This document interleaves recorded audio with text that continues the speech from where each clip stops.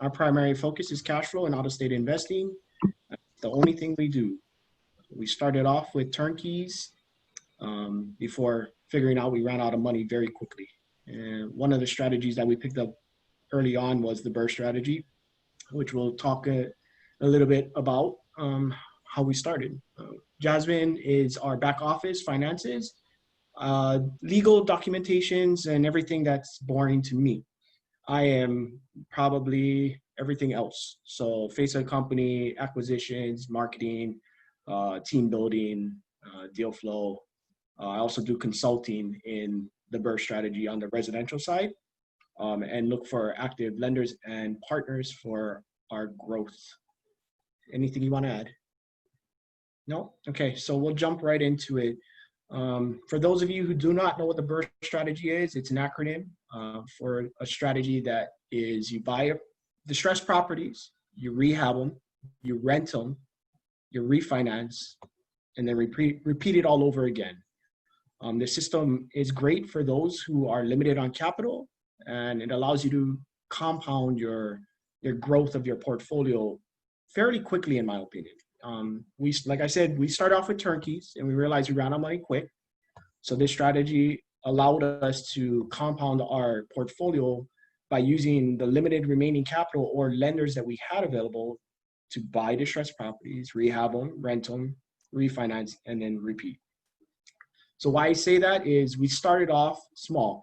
We're firm believers, and what worked for us was we needed to learn the basics and the fundamentals of out-of-state investing.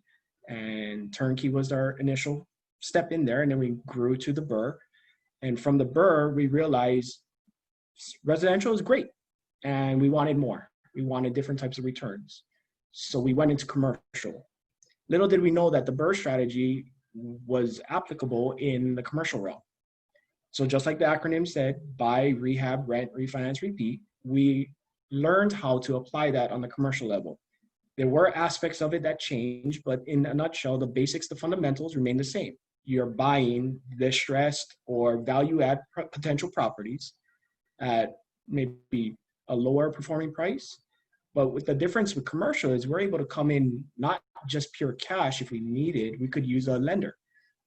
Commercial is primarily based off of the performance of the property, tenant quality, the cap rate, the length of the lease, and so forth.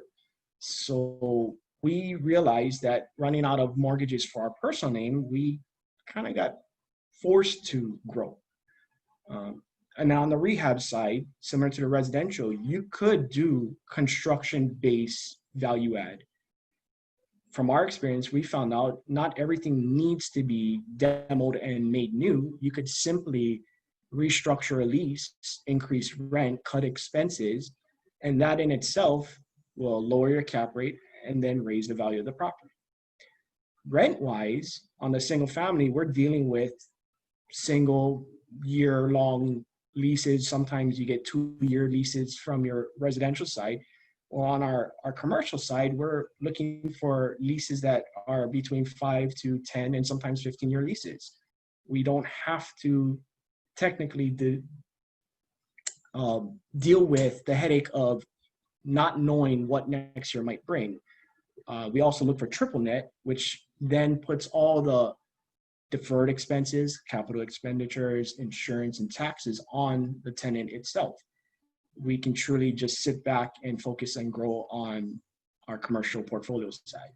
The refinance, like I said in the buy, you don't have to necessarily use cash. You could come in with a commercial loan, and on the refinance side, you structure a deal with the bank where you can reappraise it after a length of time.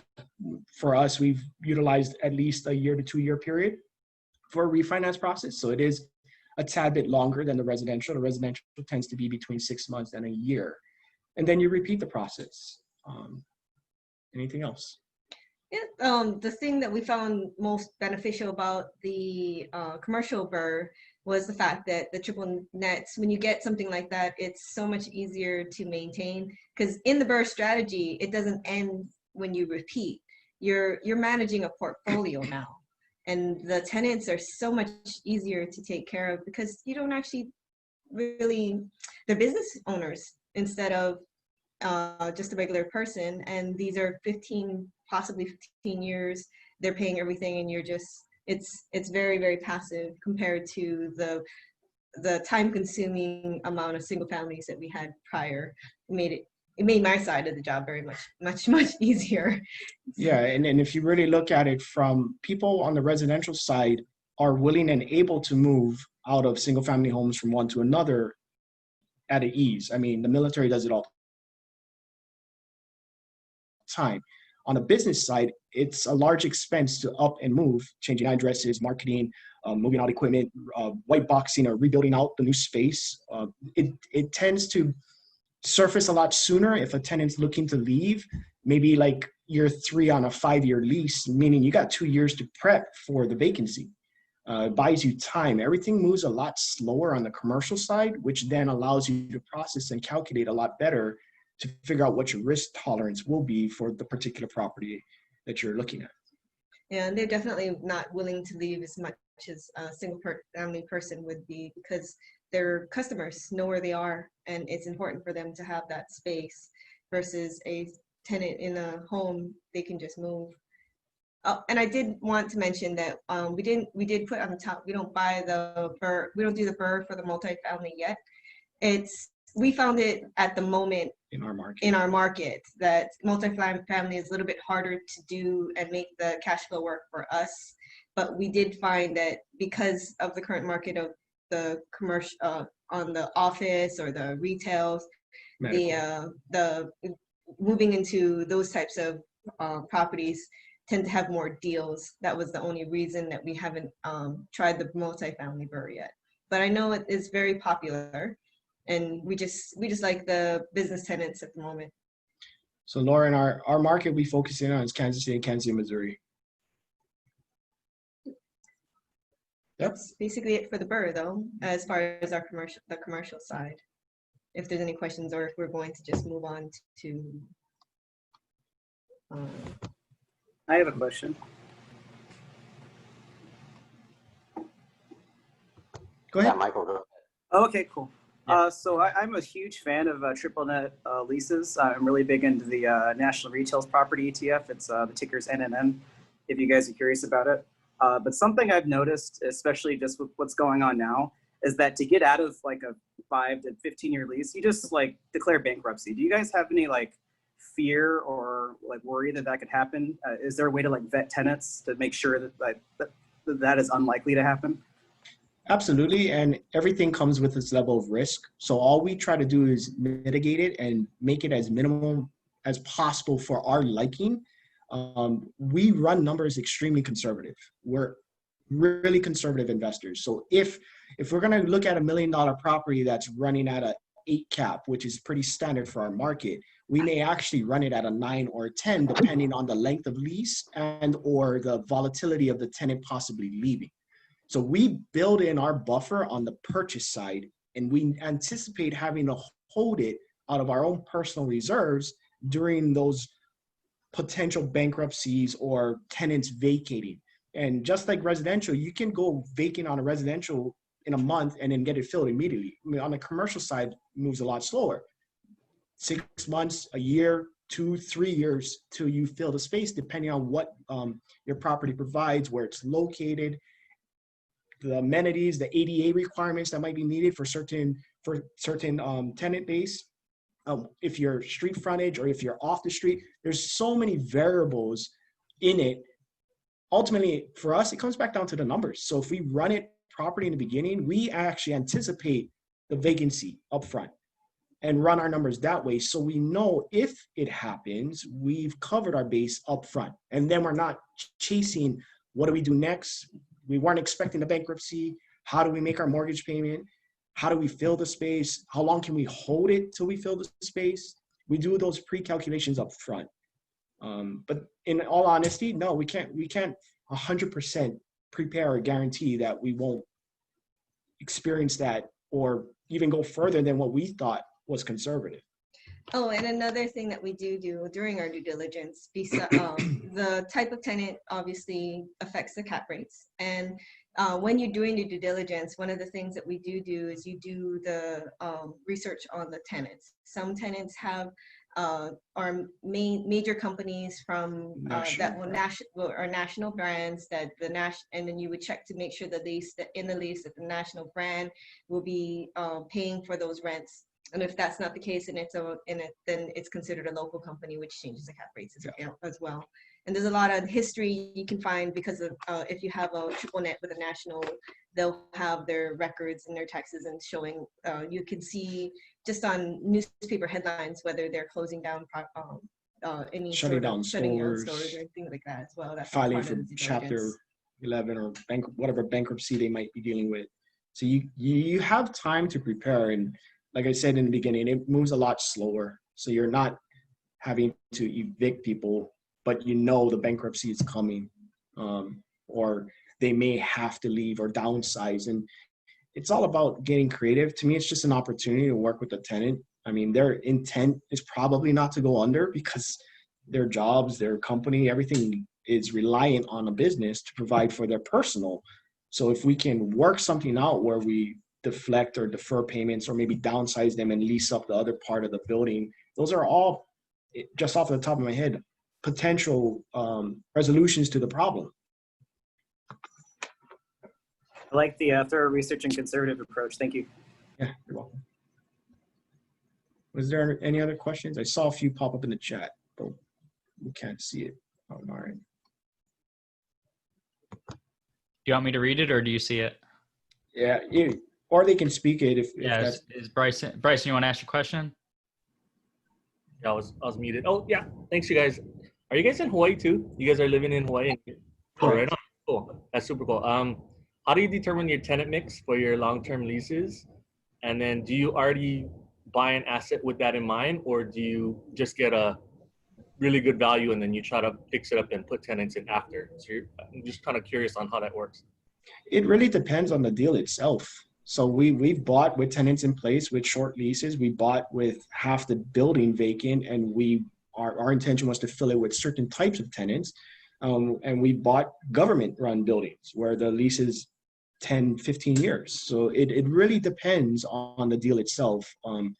We're open to anything that makes sense on the numbers. So ultimately, when you run your numbers and figure out your market base for this particular deal, you can analyze whether or not this is going to be a mom and pop rental.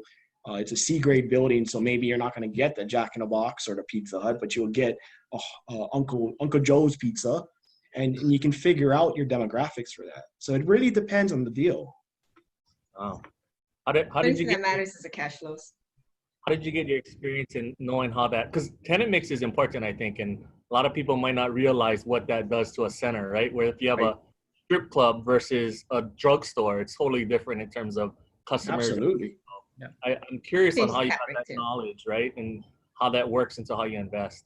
So in all honesty, I think like back to when I introduced us, the fundamentals in residential can carry over to commercial. I mean, it's no different when you're purchasing deals in maybe D-grade neighborhoods, which are like $15,000, $20,000 properties in our market versus $100,000 homes in maybe B-grade neighborhoods. You're going to get a different demographic or rental base majority. We look for something similar in a commercial. So we're not willing or wanting to purchase deals in the lower grade areas. We're looking for the areas that are sustainable, that have population growth, that have job growth, that have higher median incomes, median home prices. And that allows us, in theory, to filter out through most of the bad potential tenants we might have to deal with if we were in a lower grade neighborhood for our properties. Does that make sense? Yeah, cool. No. And then my other question was, how difficult was it to obtain commercial financing compared to residential? What's the biggest difference to you? It's a lot easier, and I don't know. I thought it was a lot easier. She didn't like the paperwork, but it's all deal based. So if you're running your numbers and it makes sense, the bank is kind of like your third party debtor stating that, yeah, your property is worth that, and I'm willing to lend and risk my 75, 80% LTV on this property. On the residential side, I mean, for most of you who have single family, eventually you cap out on mortgages personally, and you need a W-2. Well, we're no longer W-2 workers. We don't qualify. But on commercial, they don't care about us per se as much as the deal. So we're able to maximize and get unlimited amount of funding as long as the numbers make sense, and we're able to produce some sort of capital down or 1031 from a single family to a commercial of some sort. So financing for me, in my opinion, is a lot easier on commercial, but just like with residential in this COVID season, everybody's a little scared and hunkering down, but it doesn't make it impossible. Thank you. Yeah, you're welcome. Yep. What do we got here? I think Keith. Great. Yeah. Thanks, Vincent. My question was, because you guys are in Hawaii and your properties are somewhere else, are you using a property manager at all for the commercial aspects, or are you handling those yourself? It depends on the lease structure. So our properties where we're double, triple net leases, we're self-managing. Because in theory, you're really only having to deal with them maybe once a year or when the leases are about to come up. For most of the part, your deferred maintenance, capital expenditures, taxes, insurance, all falls on the tenant. If we're buying a property where there is no triple net lease established, or it's multiple tenants and the leases vary, which is the one that we're going to discuss shortly, we did use a commercial property manager because of the fact that we needed to fill space as well as restructure certain leases that weren't triple net.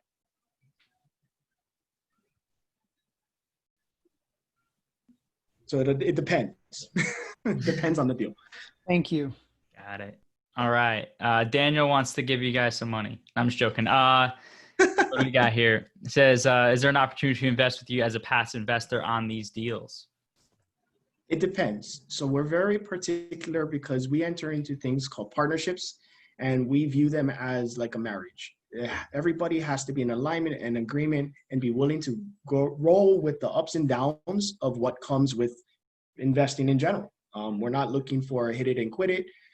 So it's very, very rare, but we do partner in extreme occasions. But we do offer, like I said, on the consulting side, I can assist with the acquisition and the rehab and structuring side, and ultimately that end client will take on their own property, which leaves me as a third party as opposed to a partner. I prefer it that way because it's a lot cleaner, but we do and have partnerships depending on our comfort level of knowing that their goal is identical and their commitment is as strong as ours for the greater good. I mean, we're looking at 30 years down the road before we even entertain doing anything. Got it. Anything to add to All right. that? Last question from Laren, and then I think we got to move on. Okay. What do we got here? Laren, you want to ask it, or you want me to read it? 3, 2, wait. Again, I'm sorry, I'm like laying down, so I don't want to like have my video on while I'm laying down.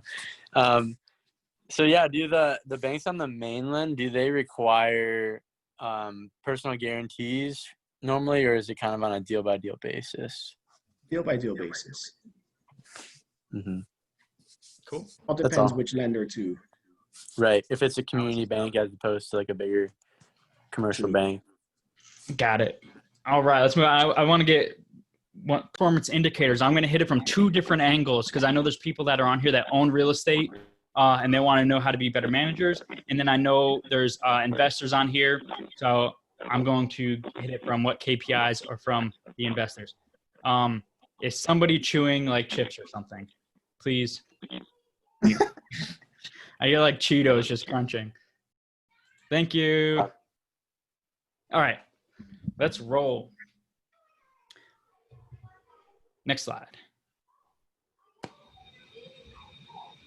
Got it? All right, so the KPIs for the manager. So these are ones as the landlord, as the manager, as the asset manager, or the operator, whatever you want to call yourself. These are some of the biggest ones I look at. So when you're looking at these ones, the 2 focusing questions are going to be where's the accountability on, and then to catch problems early, and then to capitalize on opportunities quickly, right? And you're not going to be doing that unless you have key performance indicators that you are tracking and you're measuring and you have a pulse on.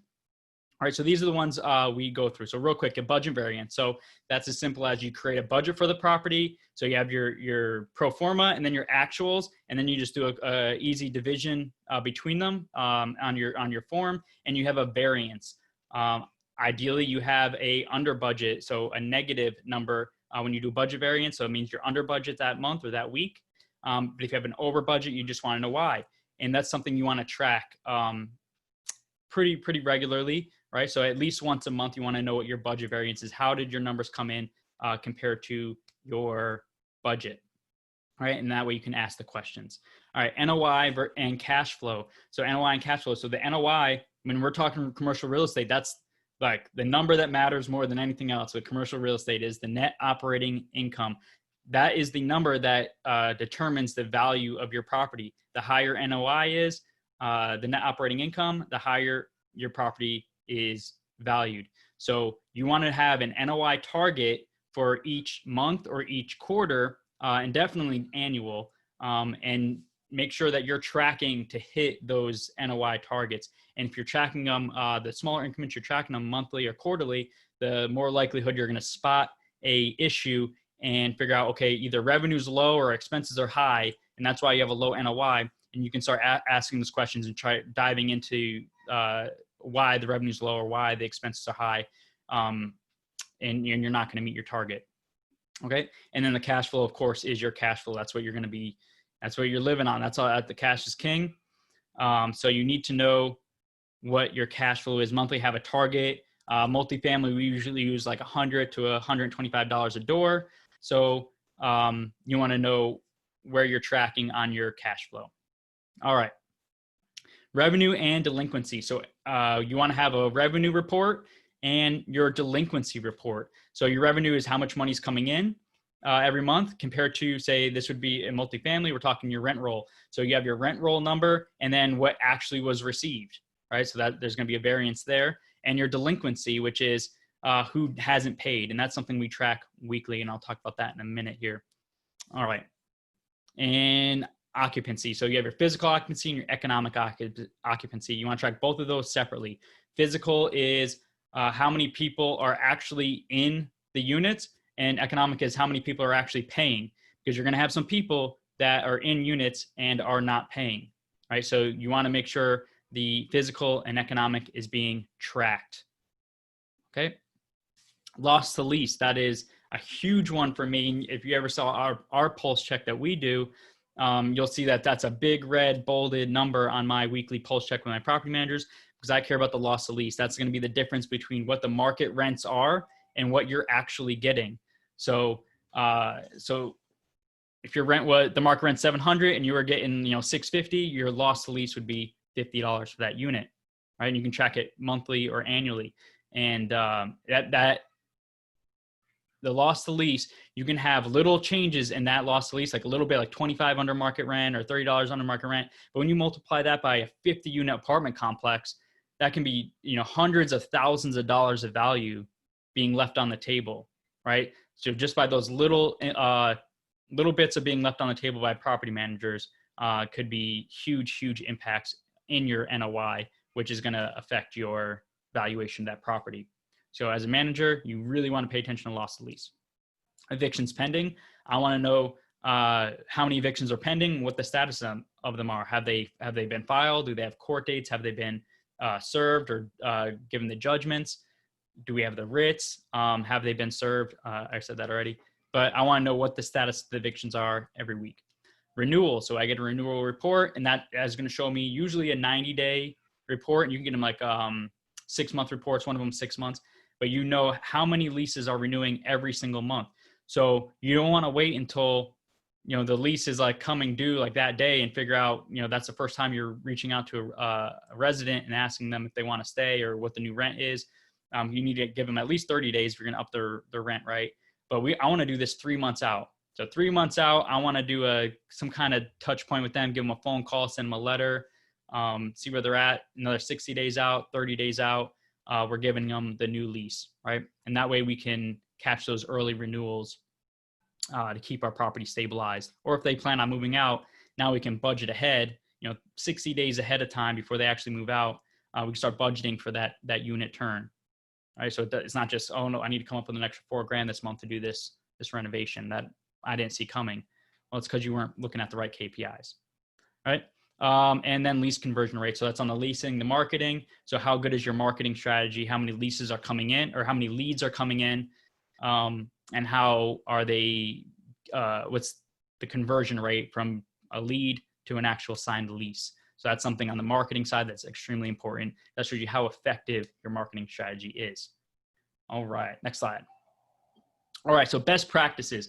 The absolute best thing we've ever done is a weekly meeting with the property manager and the team to review the KPIs. So set KPIs, make sure everyone understands them, and make sure everyone is accountable to those metrics. Because if the property manager knows on Friday that on Monday we're going to go over these KPIs, they're going to pay attention to and have, they're going to pay attention to have like alibis or justifications or updates on everything, because they know it's going to be, we're going to have a call just like this, where the sheet's on front of us and there it is. There's the KPI, and we're going to talk about it, and we're going to have a discussion of what we need to do, and it keeps everyone accountable. So the weekly meeting has been by far the best thing we've ever done, and we will continue to do that.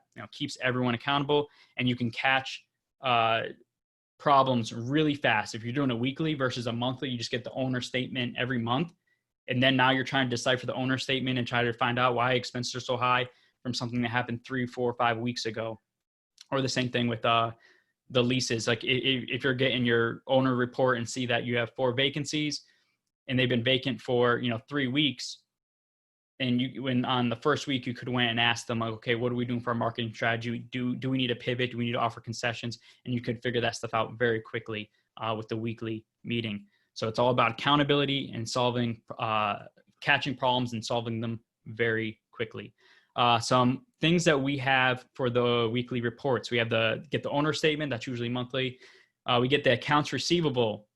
We get that every month. We get the delinquency report or accounts receivable every week. Delinquency every week, the rent roll every week, and the lease expiration every week. So we get these reports every single week from our property managers, so we can review them and we can go over them, and we can make sure that we're tracking according to our business plan and our projections for that month, that quarter, that year. All right. Any questions? Am I speaking too fast? No. Okay. Great. So now KPIs for the investor. So we're pivoting completely over, and these are going to be the investor KPIs. These are things that if you're evaluating an investment, these are some of the KPIs that you want to know about, how they're calculated, and what they kind of tell you. So Duke and I are going to tag team this one. Unless you can't talk, then I will. But first one's going to be cash on cash return on investment, or cash on cash ROI. It's the return that calculates the cash income earned versus the cash invested. So to me, it's how hard your cash is working for you, right? Is what this cash on cash is going to tell me. The higher cash on cash early on in an investment, to me, is going to be a safer investment. The faster my cash outlaid is getting returned to me in a project, is going to lower that risk profile of the deal, right? Because the longer your cash is out there, over an extended period of time equals risk, because there's a lot of things, the market cycles, whatever that can affect it down the road. So you want your money back as fast as possible. Is going to reduce the risk of that profile or the project, right? An average, is about 8 to 12% for the cash on cash for multifamily. You want to do the next one, Duke? All right, so average annualized return, that's the historical total return. So that includes both the cash flow and the exit and any refinance proceeds along the way. So this one is a bit crude because it just averages all the returns for all those years that you were in the deal. So this can hide some of the poor performance, for instance, like lighter on cash flow and then just a bigger exit at the end. So that's something to be aware of. Exactly. All right.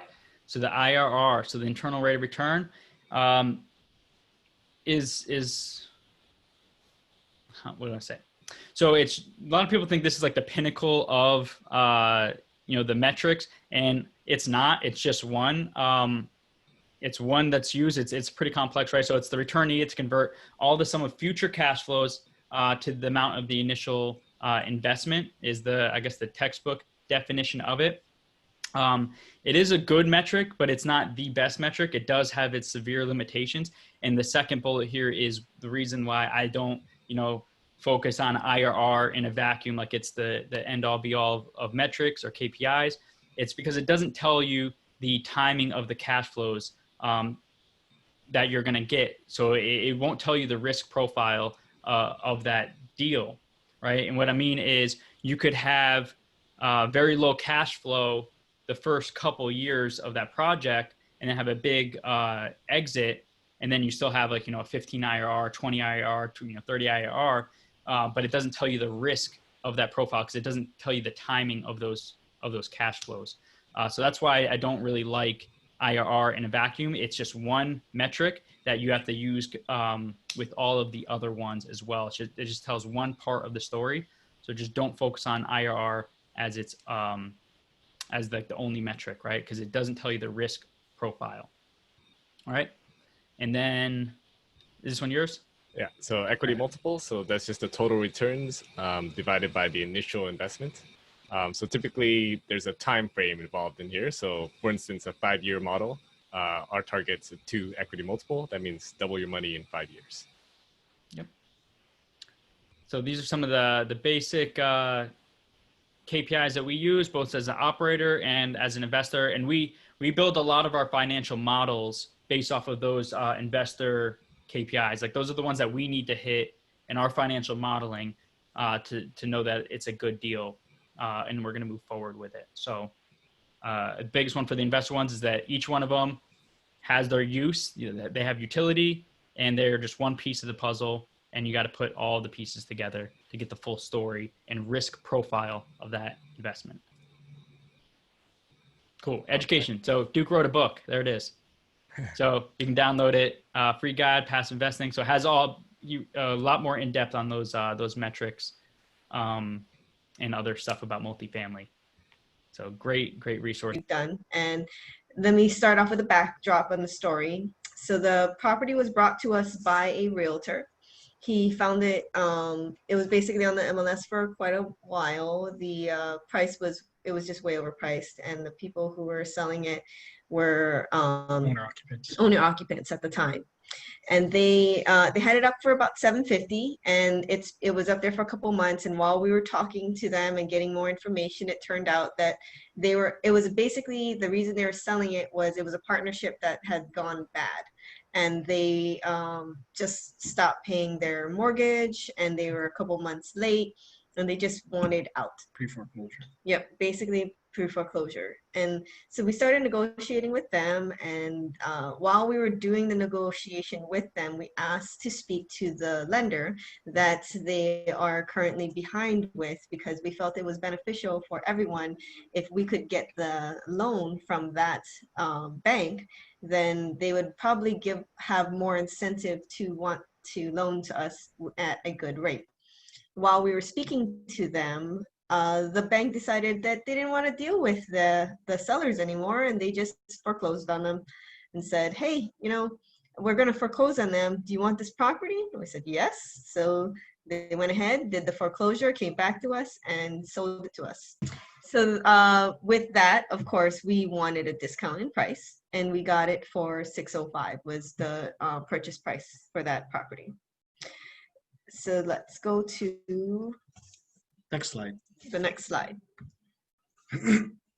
Okay, so we bought the property at $605. We decided to put $100,000 in construction costs. That construction that we were doing wasn't real construction, like there wasn't major rehab.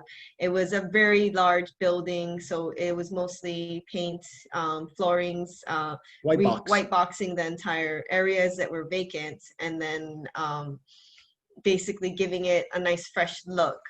And with just giving it a fresh look, because the area we bought it in was a great area. This was a really established, everybody wanted to be there. This area was they had right around the corner, they were building a building, A-type buildings that were brand new and just high rises. It was a really great purchase for the location. So all we had to do was give it a nicer look, an updated look, and it automatically turned it from a C building into a B building. So then another part of the rehab that we did was we removed the flood insurance. It was in a flood zone and was deemed that flood, and that insurance is crazy. I never had a property, or I would never buy a property in a flood zone because it just killed the cash flow. But this particular property was on the edge of that flood zone. Although they were in it, I knew and I was very confident that I could get it out of it. So that's exactly what we did. We just paid the surveyor, had it resurveyed, took it off, and that immediately boosted our cash flow by $800 a month just by doing that one thing. The next step, we stepped up the rents for the current tenants. The current tenants were not paying their correct amount of rent.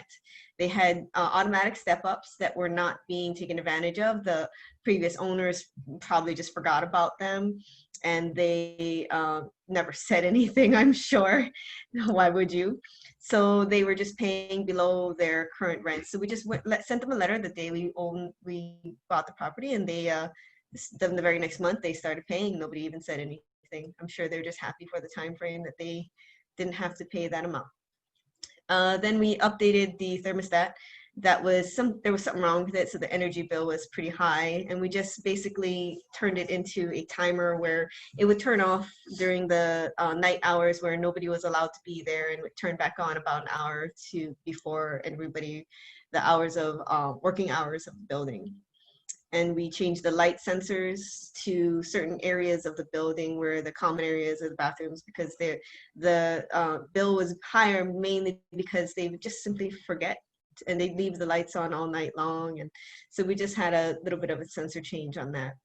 Like I said before, we updated it, so it brought it up to the B class, but the area was much higher than could potentially have been on the A side. So we're glad that we were able to get that moved so quickly simply from the location.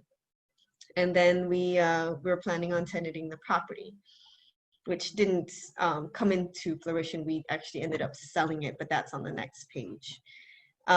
We also were intending to refinance the money out, which we never had to do, but we did get a very good loan from it, being that the bank had very high incentives to give us a loan very quickly within those 45 days that we were buying it.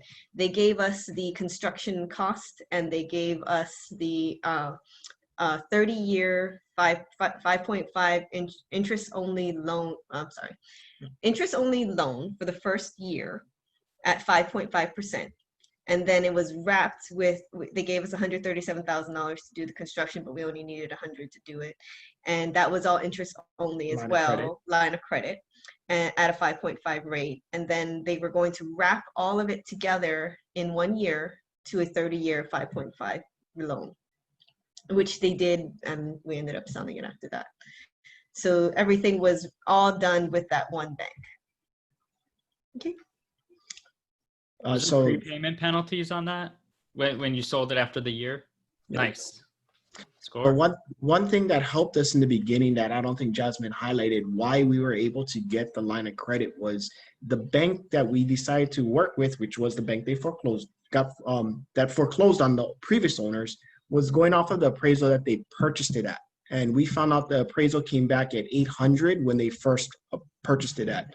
So buying at 605, there was a lot of room for them to play with, knowing that 800 was appraised when it was a C class building. We bumped it up a whole class, which then in turn brings up the value. Go ahead. Next slide. Next slide. Okay, so those are our numbers. I know there's a lot of people out there that like to see the numbers. So the purchase price was 605. The rehab was 100,000. I put the holding cost as 0 mainly because of the next lines. The rents that we were currently getting, and this is at the purchase of the building. This is before we did the flood, before we requested the Step-ups. tenants to pay their actual rents. And then we had step-ups in the leases already that were coming up due that year as well. None of those things are counted in these numbers. These are the numbers we bought as is. Like if we bought the building and Did nothing to it. did nothing to it at all, this is what the numbers were going to be, so we could make the decision to buy. The current, those expenses were, that included the flood insurance that we were currently paying at the time.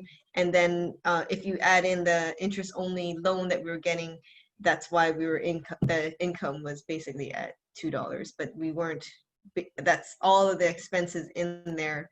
And worst case scenario, we're still cash flowing is what we decided, that these were the numbers that would make sense. And anything above that is all profit. Okay. Next slide.